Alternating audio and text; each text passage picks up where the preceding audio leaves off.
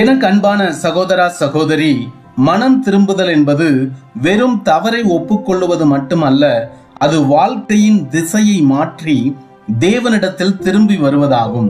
மனிதன் பாவத்தில் விழும்போது தேவனுடனான உறவு துண்டிக்கப்படுகிறது.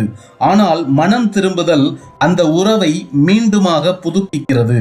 இன்றைக்கு பலர் தாங்கள் செய்த தவறுகளுக்காக மனஸ்தாபப்படுகிறார்கள். ஆனால் எல்லோரும் மனம் திரும்புவதில்லை.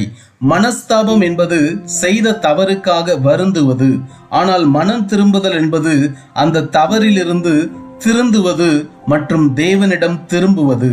மனஸ்தாபம் கண்களில் கண்ணீரை உண்டாக்கலாம். ஆனால் மனம் திரும்புதல் வாழ்க்கையிலே மாற்றத்தை உண்டாக்குகிறது. யூதாஸ் இயேசுவை காட்டிக் கொடுத்த பிறகு மனஸ்தாபப்பட்டான். ஆனால் தேவனிடம் திரும்பவில்லை. பேதுரு இயேசுவை மறுதலித்த பிறகு அழுதான். அதோடு நின்று விடாமல் இயேசு கிறிஸ்துவிடம் திரும்பினான். அதனால் அவன் மீண்டுமாக நிலைநிறுத்தப்பட்டான். தாவீது ராஜா பெரிய பாவத்தில் விழுந்தார். ஆனால் அவர் தனது பாவத்தை மறைக்காமல் தேவனிடத்திலே மனம் திரும்பினார். அதன் விளைவாக தேவன் அவரை மன்னித்து மீண்டும் உயர்த்தினார். இதுவே மனம் திரும்புதலின் வல்லமை. லூக்கா 15வது அதிகாரத்தில் சொல்லப்பட்ட இளைய குமாரன் தகப்பனை விட்டு பிரிந்து சென்று பின்பு தன் தவறை உணர்ந்து தகப்பனிடம் திரும்பி வந்தான். தகப்பன் அவனை தண்டிக்கவில்லை, மாறாக அன்போடு ஏற்றுக்கொண்டார். அதுபோல நாம் உண்மையான மனம் திரும்புதலோடு கர்த்தரிடத்தில் வந்தார். அவர் நம்மை நிராகரிப்பதில்லை. மனம் திரும்புதல் மன்னிப்பை மட்டுமல்ல, புதிய வாழ்க்கையையும் தருகிறது.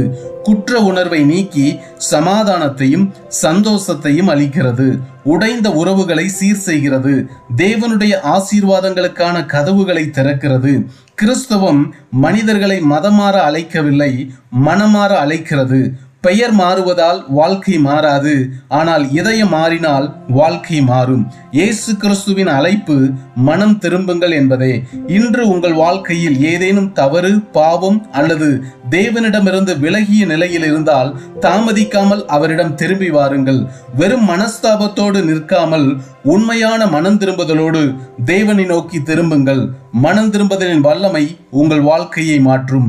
ஆகையால் நாம் இன்று இவ்வாறு ஜெபிப்போம். கர்த்தாவே, என் இருதயத்தை ஆராய்ந்து என் பாவங்களை எனக்கு காண்பித்து வெறும் மனஸ்தாபத்தோடு அல்ல, உண்மையான மனம் திரும்புதலோடு உம்மிடத்தில் திரும்ப கிருபை தாரும்.